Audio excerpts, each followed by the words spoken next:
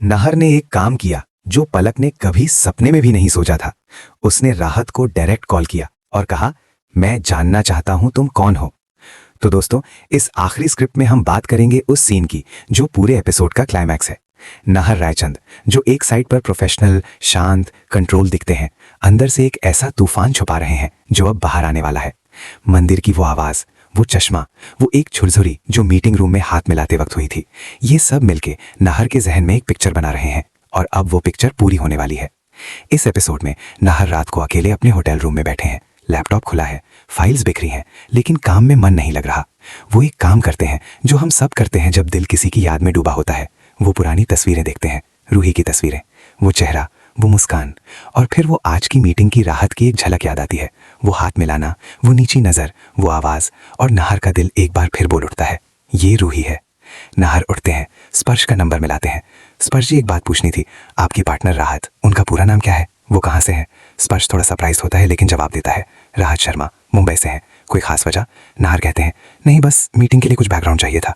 लेकिन स्पर्श एक काम करता है जो उसे नहीं करना चाहिए था।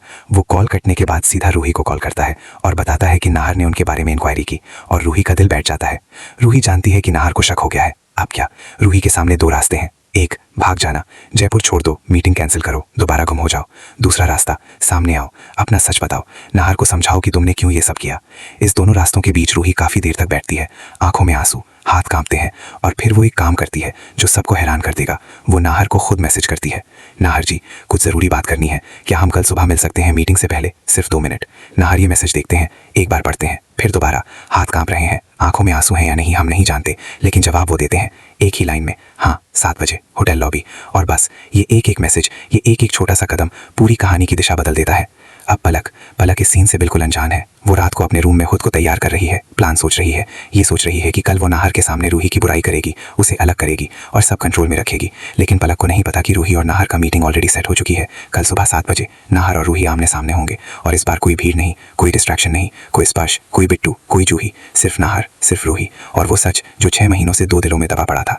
इस सीन का प्रीव्यू कुछ ऐसा होगा, नाहर लॉबी में बैठे हैं, वक्त से पहले रूही आती हैं नीली साड़ी में, वही जो कभी नाहर को बहुत पसंद थी। वो दोनों एक दूसरे के सामने बैठे हैं, खामोशी। फिर रूही धीरे से कहती हैं, मैं जानती हूँ आप जानना चाहते हैं मैं कौन हूँ। नाहर की आंखें गहरी हैं, वो कहते हैं, मैं पहले से जानता हूँ, और रूही की आंखों से एक आंसू ढलता है। तो फिर नाहर कहते हैं, तो फिर बस ये जानना चाहता हूँ, क्यों रूही, क्यों? और एपिसोड खत्म होता है एक सवाल के साथ, एक दर्द के साथ, और एक वादा के साथ कि अगली एपिसोड में ये सवाल का जवाब मिलेगा। दोस्तों, मनसुंदर की यही बात है जो इसे बाकी ड्रामा से अलग करती है। यहाँ इमोशन सच है, किरदार सच है, और रिश्ते सच लगते हैं। नाहर और रूही का प्यार वो कोई नाटक नहीं, वो एक ऐसी कहानी है जो सिर्फ उनकी नहीं, वो हमारे दिल की भी कहानी है। पलक चाहे कितनी भी कोशिश कर ले, सच को रोक पाना मुश्किल है। और जयपुर का ये शहर जहाँ रूही ने काफ़ी बार छोड़ने की कोशिश की, अब उन्हें रोक रहा है, क्योंकि शायद यहीं, इसी मिट्टी में इनका सच छुपाया गया था और यहीं से ही निकलना था।